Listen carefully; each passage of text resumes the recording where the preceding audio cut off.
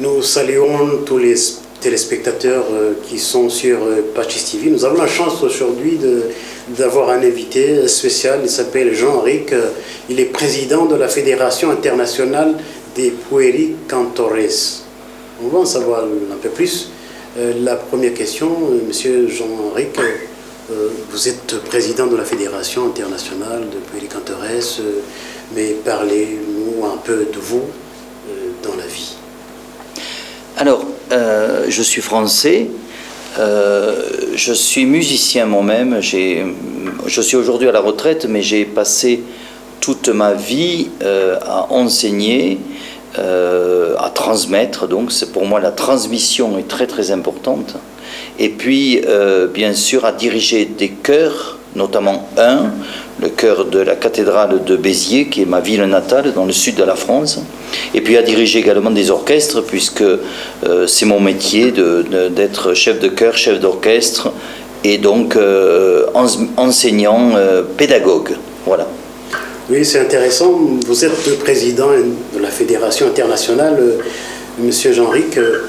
Partagez-nous l'historique de pueri-cantores. Est-ce que c'est un mouvement d'action catholique? Est-ce que ce sont des chorales paroissiales?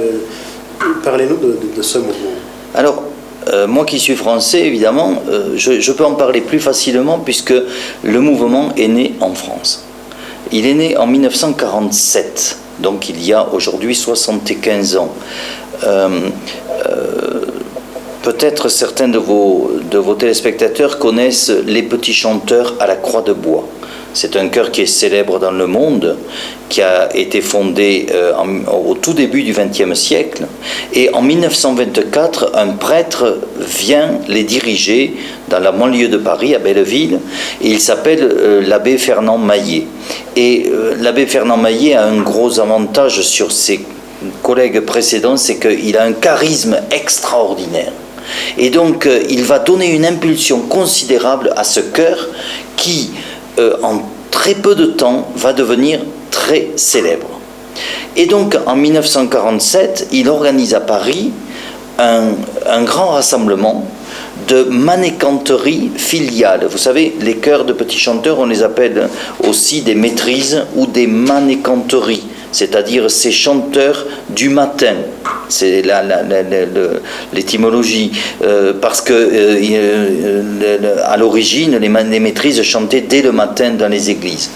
Et donc, il va faire venir des manécanteries filiales, comme il les appelle, de la Croix de Bois, pour se retrouver à Paris, au Palais de Chaillot, et puis à l'église Saint-Eustache, pour chanter une messe commune et pour chanter un concert en commun. Et ça sera le départ. Et il se dira, mais c'est extraordinaire de voir tous ces jeunes rassemblés qui entre eux non seulement se rencontrent, mais se stimulent. Et donc c'est extraordinaire, il faut créer quelque chose. Et c'est comme ça qu'est née la Fédération internationale. Il a fallu attendre quelques années pour que Rome reconnaisse ce mouvement, et ce fut fait en 1951.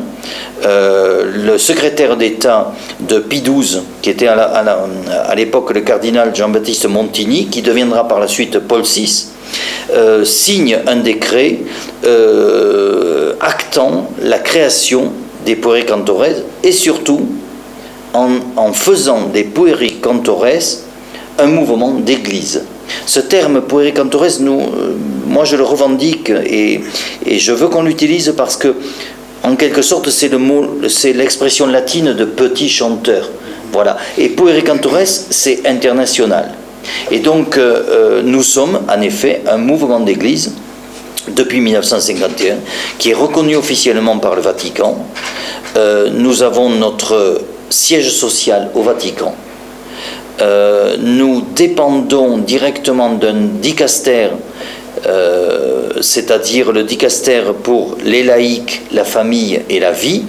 Donc un dicastère, c'est un ministère aux yeux du Vatican. Nous dépendons de ce dicastère et nous sommes dans ce dicastère association internationale de fidèles dans l'Église. Voilà. Et justement, c'est un de nos premiers rôles. un de nos premiers rôles, c'est bien sûr de chanter la gloire de Dieu, mais nous allons certainement en parler. C'est donc les débuts de la fédération. Merci, Monsieur le Président. Vous êtes puéricantoresse depuis quand? Depuis quel âge? Mais aussi, vous avez parlé du début, de cet échange entre les jeunes dans ce mouvement. Quel est le rôle de ce mouvement sur le développement de l'enfant, membre de puéricantoresse? Et puis, est-ce que on le reste... Apparemment, on reste puéricantoresse même après l'âge adulte. Alors, d'abord, concernant votre première question, moi j'ai été puéricantoresse assez jeune, pas très jeune, mais assez jeune. À l'âge de 12 ans, j'ai commencé à chanter dans le chœur de mon école avec un prêtre qui s'appelait l'abbé Penalba.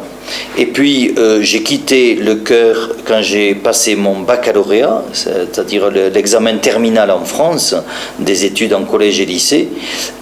Et puis j'ai rejoint à nouveau le chœur, mais pour le diriger. Et c'était en 1993. Alors, est-ce que les puéricantoresses influent? Est-ce que leur travail, c'est un travail qui est en lien avec l'apostolat, avec l'éducation? Ma réponse est bien sûr oui. Les puéricantoresses, c'est une école de vie. C'est-à-dire quand on entre dans les puéricantoresses, eh bien, d'abord on entre dans une famille. C'est une famille, les puéricantoresses. Et on sait qu'il va y avoir des valeurs sur lesquelles on ne transige pas. Un jour, quelqu'un m'a demandé, pour vous, c'est quoi les puéricantoresses? Et j'ai répondu, pour moi, les puéricantoresses, ce sont des valeurs qui sont reçues quand on est enfant, qui sont partagées quand on est adolescent dans un cœur, et qui sont transmises quand on devient adulte, et notamment quand on a des responsabilités dans nos cœurs de puéricantoresses.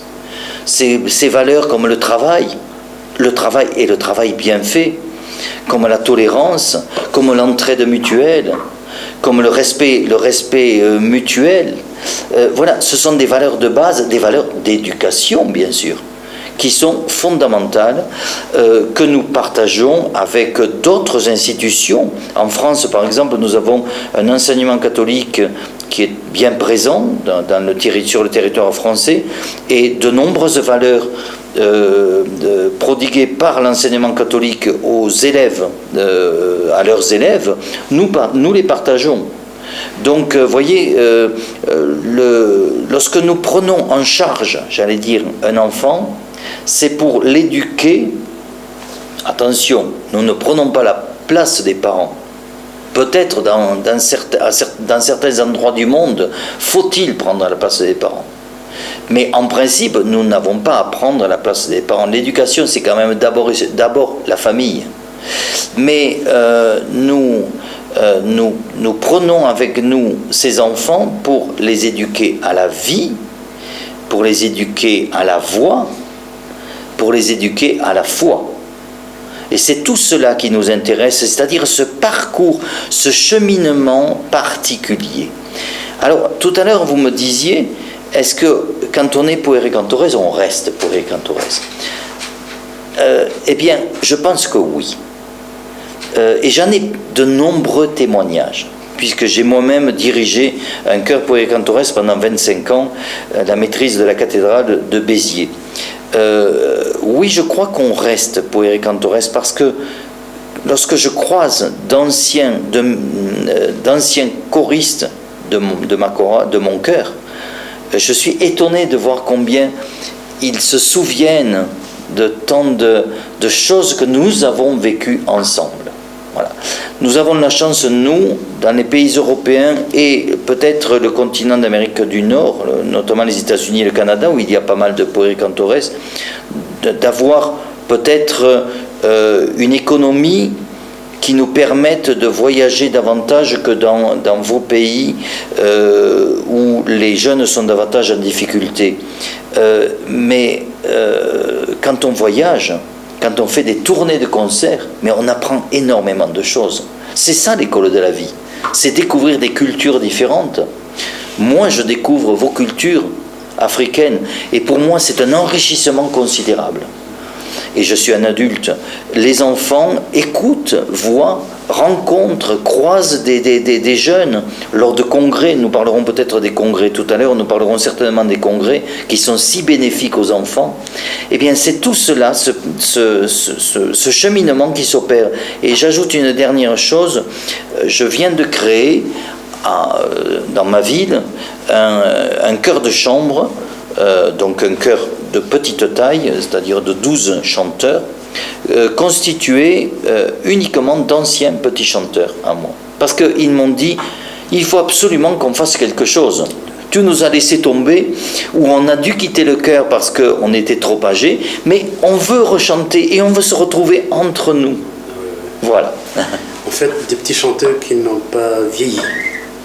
Monsieur le Président, après Pueri Cantores, c'est le chant bien sûr à l'église, mais et après quel est l'encadrement de ces jeunes? Et puis vous avez dit qu'il est né en France bien sûr. Comment est-il dans d'autres continents? Comment est-il arrivé en Afrique? Comment se porte-t-il sur tout le continent? Vous le gérez comment? La fédération est gérée comment? Alors, d'abord, que je vous explique peut-être que la Fédération internationale regroupe l'ensemble des fédérations nationales. L'objectif, c'est de fédérer un certain nombre de pays qui ont des fédérations. Alors, où se trouvent ces fédérations de Pueri Cantores? Nous avons actuellement environ 25 fédérations dans le monde dans laquelle il y a une vraie activité avec des chœurs plus ou moins nombreux. Et nous avons une dizaine de fédérations dans lesquelles il y a une représentation ou dans lesquelles les chœurs sont très très peu nombreux pour diverses raisons. Par exemple le Liban, et vous comprenez certainement la raison vu la situation très difficile du Liban depuis de nombreuses années. Au niveau géographique, nous avons d'abord et surtout des chœurs européens. Ça peut se comprendre puisque tout est né en Europe. Donc parmi les chœurs européens, parmi les fédérations européennes, la fédération la plus vivante, celle qui comporte le plus de chanteurs, ou le plus de chœurs exactement, c'est la fédération allemande. Et là aussi, on ne doit pas s'en étonner parce que l'Allemagne, ou plutôt c'est en Allemagne qu'on trouve une vie au niveau de la musique sacrée. Je veux dire par là que on peut être musicien d'église en Allemagne, en faire son métier. On ne peut pas être musicien d'église en France, à part quelques rares exceptions, si on est à Notre-Dame de Paris par exemple, ou dans 2 ou 3 endroits en France. Mais en dehors de cela, la France n'a pas les moyens matériels, notamment les diocèses, de rémunérer, de rétribuer des chefs de chœur professionnels. Et donc, alors que l'Allemagne a cette possibilité. Donc il y a de nombreux chœurs en Allemagne. Il y a bien sûr la France, l'Italie, l'Espagne, le Portugal, la Pologne, où il y a une très belle fédération avec des jeunes qui sont formidables. Juste avant de venir en Afrique, j'étais à Cracovie, dans le sud de la Pologne, pour participer à un congrès national, et ça a été un très beau moment. Voilà, j'oublie encore des pays, bien sûr. Il y a une représentation en Lettonie qu'on essaie de développer. Vous voyez, donc ce sont des pays un peu particuliers. Il y a même l'Europe du Nord avec la Suède. Bien que n'étant pas un pays catholique. Mais c'est aussi intéressant d'avoir dans un pays dont la catholicité représente, je ne sais pas, je ne veux pas dire de bêtises, mais je crois que c'est environ 1% de la population, de voir qu'on a donc une représentation de Pueri Cantores. Ensuite, il y a, comme deuxième continent, le continent américain. Alors, d'abord, le Canada.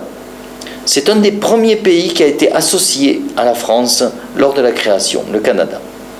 Donc on a une fédération qui est très vivante au Canada et je dois me rendre en février prochain, 2023, au Canada justement pour renforcer les liens et pour essayer de développer cette fédération, notamment dans la partie anglophone, parce que notre fédération de Port-et-Cantorez est surtout développée dans la partie francophone, à savoir le Québec. Voilà. Et mon rôle, c'est justement d'essayer d'insuffler une dynamique, de soutenir, de régler parfois des problèmes, mais aussi de voir comment on peut développer une fédération ou parfois même la créer. Ensuite, nous avons les États-Unis, avec une fédération qui est assez vivante et dont le président est de Chicago. Puis, nous avons plusieurs pays d'Amérique latine. Par exemple le Mexique, par exemple le Brésil, par exemple Haïti. Alors vous voyez que nous sommes là dans des pays dont certains sont en très grande difficulté. Je me suis rendu à Haïti il y a 3 ans pour les visiter. C'est un pays qui est très pauvre, qui a été très touché par le tremblement de terre de 2010 et qui ne s'est pas vraiment relevé, qui est touché également par la violence, par la corruption. Et donc c'est très très difficile de développer un mouvement comme le nôtre. Et pourtant, l'Église est très présente à Haïti, et donc ces jeunes ont besoin de ces structures. En fait, on est là aussi pour les aider sur le plan sociétal, pour les aider, pour les soutenir dans leurs difficultés de vie. Voilà, donc ça c'est pour le continent américain. Ensuite, nous avons le continent asiatique avec quelques chœurs. On a peu de chœurs, peu de fédérations plutôt. On a la Corée du Sud par exemple, on a l'Inde, mais essentiellement autour de Mumbai. Et puis nous avons le Sri Lanka, qui est actuellement dans une situation catastrophique, un pays dans lequel je me suis rendu également, et où nous avions envisagé un congrès de petits chanteurs pour l'Asie. C'est-à-dire qu'ils devaient rassembler Inde, Sri Lanka, Corée, Japon, parce que nous avons une représentation au Japon. Et hélas, vous le savez également certainement, le Sri Lanka est dans une situation catastrophique aujourd'hui.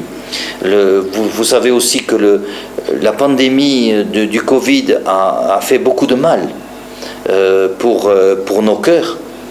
Parce que ce n'est pas simplement sur le plan au niveau de l'absence de répétition de chœur, c'est aussi que la Covid a interdit des rassemblements pendant des mois, parfois plus d'1 an. Par exemple, au Mexique, pendant plus d'1 an, ils n'ont pas pu se rassembler. Donc, les chefs de chœur n'étaient plus payés. Donc, la misère est là. Les familles ne peuvent plus participer pour des activités de chœur. Donc, ça pose d'énormes problèmes. Mais voilà. Donc, ça, c'est le continent asiatique. Et enfin, j'en termine avec le continent africain. Le continent africain, tout est regroupé autour de la région des Grands Lacs. Nous avons 3 pays, exactement 2 pays plus 1, vous allez voir pourquoi.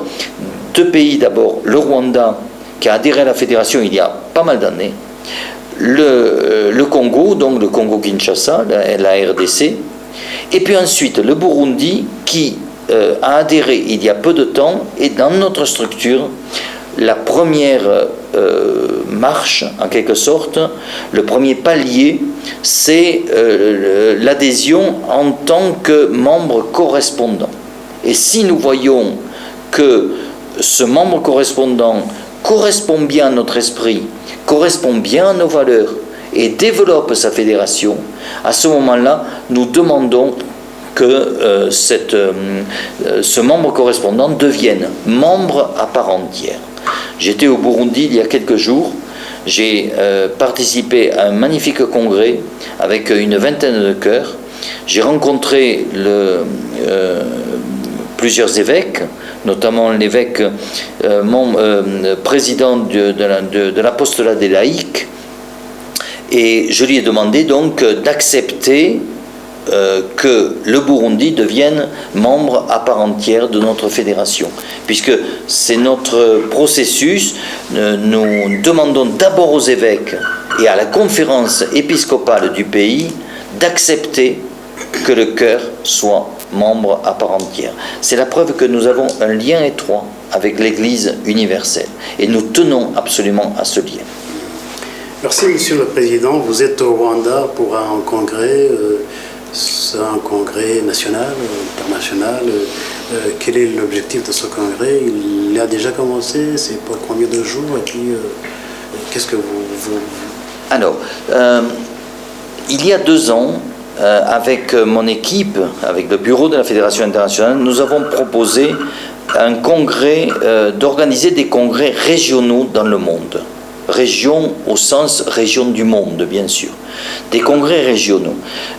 Et nous avons proposé aux Africains d'organiser un congrès qui rassemblerait le Burundi, le Congo et le Rwanda. Nous avons cheminé, nous avons travaillé sur cette idée-là, ils étaient favorables à cela. Puis est arrivée la pandémie, avec l'obligation de reporter ce congrès qui était prévu en 2021, je crois. Et puis, on a pu constater, hélas, l'insécurité régnante dans certains des pays que je viens de citer, et notamment le Congo. Le Rwanda étant le pays le plus sûr des 3, certainement. Donc, si bien qu'on s'est résolu, au fil des mois, à abandonner l'idée d'un congrès qui rassemblerait les 3 pays, mais à transformer cela en 3 mini-congrès. Donc, je crois que c'était plus sage, et je leur ai dit, j'ai dit à tous les correspondants des pays qu'ils avaient certainement raison d'en décider ainsi. Le congrès du Rwanda donc ne dure finalement que, enfin, on va dire 2 jours. Hier, et puis tout à l'heure, cet après-midi et ce soir. Mais cet après-midi et ce soir, c'est un peu particulier, vous allez le voir.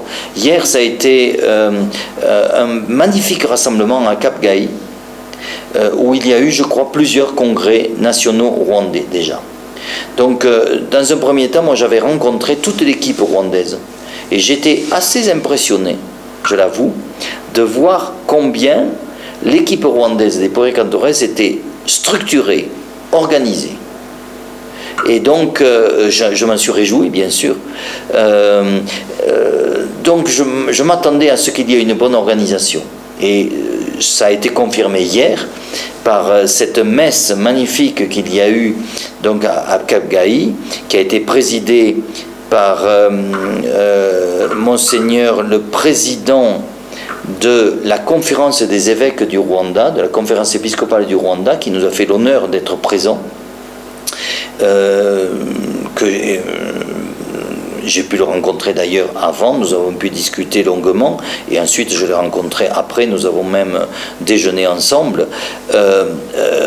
J'ai pu voir d'ailleurs combien l'Église du Rwanda était attentive à ce que faisaient les Poiriers Cantores du Rwanda. Donc je vais partir du Rwanda pour le Congo demain, mais je serai conforté dans l'idée que le Rwanda est une fédération de Poiriers Cantores, d'abord qui fonctionne bien, et deuxièmement qui est tout à fait dans la tradition de nos cœurs Poiriers Cantores, la tradition de nos maîtrises. Et ça, c'est très important, avec bien sûr les cultures différentes. C'est sûr que la musique que j'ai entendue hier, pour la majorité des pièces, ne correspond pas à ce que nous chantons nous. Mais c'était tellement bien chanté. Il y avait cet engouement, j'allais dire, cette dynamique qui passait parce qu'ils étaient tous réunis. Donc j'ai passé vraiment un moment très agréable. Nous nous sommes ensuite retrouvés dans une grande salle paroissiale pour un partage. Où j'ai pu leur adresser la parole, où il y a eu des danses africaines, il y a eu un repas partagé. C'était extrêmement sympathique. L'évêque était là d'ailleurs et a participé également avec moi à cet après-midi. Et puis cet après-midi, donc, nous avons quelque chose de différent, puisque nous allons avoir une rencontre d'anciens petits chanteurs. Vous disiez combien c'était important, je le disais tout à l'heure, combien c'est important de rester petit chanteur. vous me demandiez, est-ce qu'on reste Pueri Cantores? Oui, on reste Pueri Cantores. Je vais en avoir encore la preuve ce soir, puisque d'anciens petits chanteurs ont souhaité me rencontrer. J'en ai déjà rencontré plusieurs, mais ils ont souhaité me rencontrer, ils ont souhaité chanter une messe et faire un petit concert. Et donc ça conclura en quelque sorte notre congrès. Et cette messe sera présidée par le cardinal archevêque de Kigali, que je vais rencontrer tout à l'heure à 16h.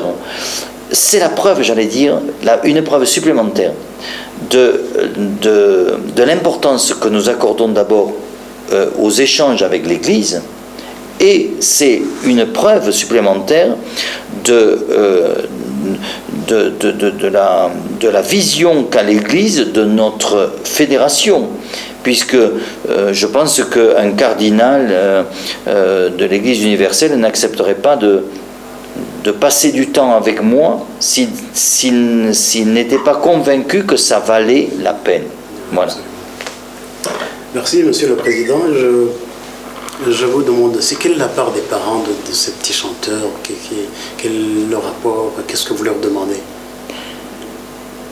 Vous avez raison de dire cela, c'est important. La part des parents, elle est souvent importante dans la structure associative. Nous avons des chœurs qui sont rassemblés en association. Je ne sais pas si ici, au Rwanda, il y a ce qu'on appelle des structures associatives. Ça existe, des associations ici, c'est-à-dire des regroupements. Hein, voilà. Donc chez nous, c'est très réglementé. La structure associative rassemble des parents délégués qui vont bien sûr intervenir, c'est-à-dire soutenir le mouvement, mais aussi nous aider. Nous aider, par exemple, lorsque nous organisons une soirée, on ne fait pas appel à un restaurant pour nourrir les enfants. Bien sûr, ce sont les parents qui s'arrangent pour porter des mets, etc., etc. Lorsque nous faisons des déplacements, il faut un encadrement. Ce sont certains parents qui sont là pour cet encadrement, etc., etc. Donc, les parents jouent bien sûr un rôle important. Et puis, j'ajoute une dimension qui me paraît très importante, dont je n'ai pas vraiment parlé, c'est la notion d'évangélisation. Je le disais hier donc à l'évêque que j'ai rencontré, nous avons un rôle dans l'évangélisation des enfants et paradoxalement aussi, c'est pour ça que je le dis maintenant, des parents. Vous savez, lorsque on devient petit chanteur, on s'engage. On s'engage d'ailleurs par une prise d'aube ou par une cérémonie de promesse dans laquelle on reçoit l'aube qui est l'habit liturgique. On s'engage. On s'engage à quoi? On s'engage à respecter des valeurs. On s'engage à servir la religion. Et on s'engage bien sûr à suivre les activités qui sont proposées par le chœur. En France, nous avons peut-être un fonctionnement différent du vôtre parce que, à cause de la grande déchristianisation que nous constatons dans nos pays, qui n'est pas le problème du Rwanda actuellement, eh bien, nous acceptons parfois dans nos chœurs des jeunes qui ne sont pas baptisés. Moi, j'en ai accepté plusieurs. Mais quand ils ne sont pas baptisés, je veux les voir, je veux voir les parents. Et je leur dis, voilà, sachez ceci, nous allons chanter régulièrement à la cathédrale, à Béziers. C'est notre engagement. Est-ce que votre fils, votre fille, ou est-ce que toi, enfant, tu accepteras de chanter à la cathédrale? Tu n'es pas encore chrétien. Est-ce que tu accepteras de cheminer sur ce chemin? Cheminer sur ce chemin, c'est un pléonasme. De cheminer avec nous. Est-ce que tu accepteras cela? Oui, si tu l'acceptes, je te prends avec nous. Et le résultat, ça a été quand même que nous avons eu plusieurs baptêmes au sein de mon chœur. C'est-à-dire des jeunes qui n'étaient pas baptisés ont demandé le baptême. Alors, c'est le rôle de nos dirigeants, c'est-à-dire des chefs de chœur, des responsables de chœur, c'est-à-dire d'apporter cette évangélisation. Et l'évangélisation, elle se fait par la voix, mais elle se fait aussi par les textes, car nous chantons essentiellement de la musique sacrée. On n'est pas dans nos statuts, il n'est pas marqué qu'on ne doit chanter que de la musique sacrée. Mais un chœur de Pueri Cantores qui ne chanterait jamais de musique sacrée, je lui dirais, il y a un problème, ça ne va pas. Donc nous chantons d'abord et surtout de la musique sacrée, soit de la musique liturgique, c'est-à-dire adaptable pour les messes, soit de la grande musique sacrée.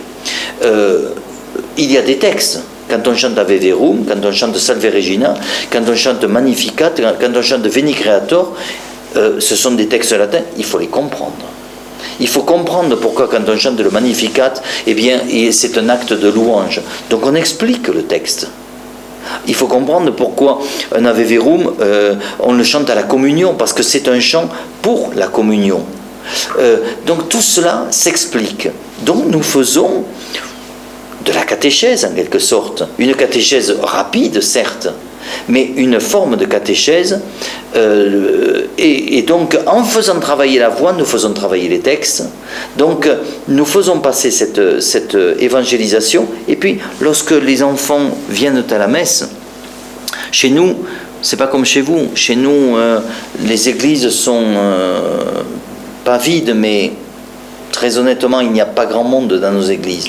Eh bien, par exemple, notre engagement à la cathédrale de Béziers, c'était de chanter la messe une fois par mois, puis plus, bien sûr, les grandes cérémonies de l'année, Noël, Pâques, etc., etc., une ordination, messe chrismale, etc., etc.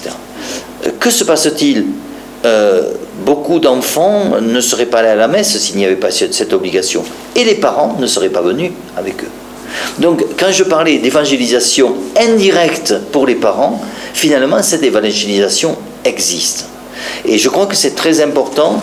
Je m'attache à expliquer cela aux évêques parce que certains sont très attentifs, certains le savent. D'autres le savent moins, ou même pas du tout. J'ai rencontré un jour un évêque en Europe, quand nous avons commencé, il m'a arrêté, il m'a dit « Est-ce que vous pouvez m'expliquer ce que sont les Pueri Cantores ?» Je lui ai dit « Monseigneur, je suis surpris de votre question, parce que nous sommes quand même un mouvement de l'Église universelle, mais vous me posez la question, je vais bien sûr vous expliquer. » Mais voyez, mon rôle de président international, c'est aussi de faire passer ce genre de message, de pouvoir affirmer que les Pueri Cantores, c'est un mouvement d'Église. C'est un mouvement également culturel, parce que quand nous chantons, vous savez, à Cracovie la semaine dernière, j'ai entendu de magnifiques concerts avec des œuvres de musique sacrée magnifiques, dignes de chœurs professionnels. Donc, il y a la culture de la beauté aussi. C'est important, la culture de la beauté. Faire montrer à un enfant ce qu'est la vraie beauté. Évidemment, c'est subjectif, la beauté. Mais malgré tout, c'est très important. Moi, je respecte beaucoup le choix des enfants. Lorsque nous partions en tournée avec mon chœur, ils écoutaient leur musique, de la musique d'aujourd'hui. Je n'ai jamais critiqué cela.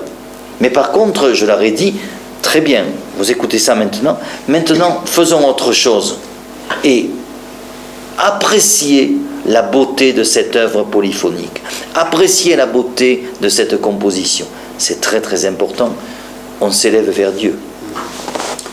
Merci, Monsieur le Président. Est-ce que vous avez parlé de votre petit groupe à Béziers, d'anciens petits chanteurs? Est-ce qu'au niveau international ou national, il y a moyen de les réunir? Il y a des associations d'anciens qui sont devenus des prêtres, des religieux, des religieuses? Alors, c'est aussi une très bonne question à laquelle nous avons réfléchi, parce que normalement, un chœur de Pueri Cantores doit se composer d'enfants et d'adolescents. Normalement, un chœur de Pueri Cantores ne se compose pas d'adultes. Sauf pour les hommes, parfois, parce qu'il y a une question de voix. Voilà. Mais en principe, les adultes femmes ne sont pas admises dans un chœur de Pueri Cantores. Bon. J'ai vu dans certains pays, j'en ai vu au Burundi, par exemple, il y a 2 jours. J'en ai vu en Pologne, il y a 10 jours. Des chœurs Pueri Cantores qui ont des adultes. Et je leur ai posé la question, bien sûr, ils m'ont expliqué, ils m'ont dit, mais ces adultes ont été Pueri Cantores et ils ne veulent plus abandonner. Donc peut-être un jour envisagerons-nous de créer une section adulte puericantores. Il faudra trouver un terme pour permettre à ces jeunes qui ont été des puericantores, qui se retrouvent adultes et qui sont parfois un peu perdus ou qui sont en soif de retrouver l'esprit et les valeurs de nos cœurs, de continuer à exister dans nos cœurs. Et ça, c'est quelque chose que nous envisagerons peut-être un jour, oui. C'est important. Oui, merci Monsieur le Président. C'est la première fois que vous venez au Rwanda, certainement en Afrique, je crois. Oui. Quelles sont vos impressions sur le Rwanda? Vous savez, on ne peut qu'être ému d'abord par l'accueil que j'ai reçu.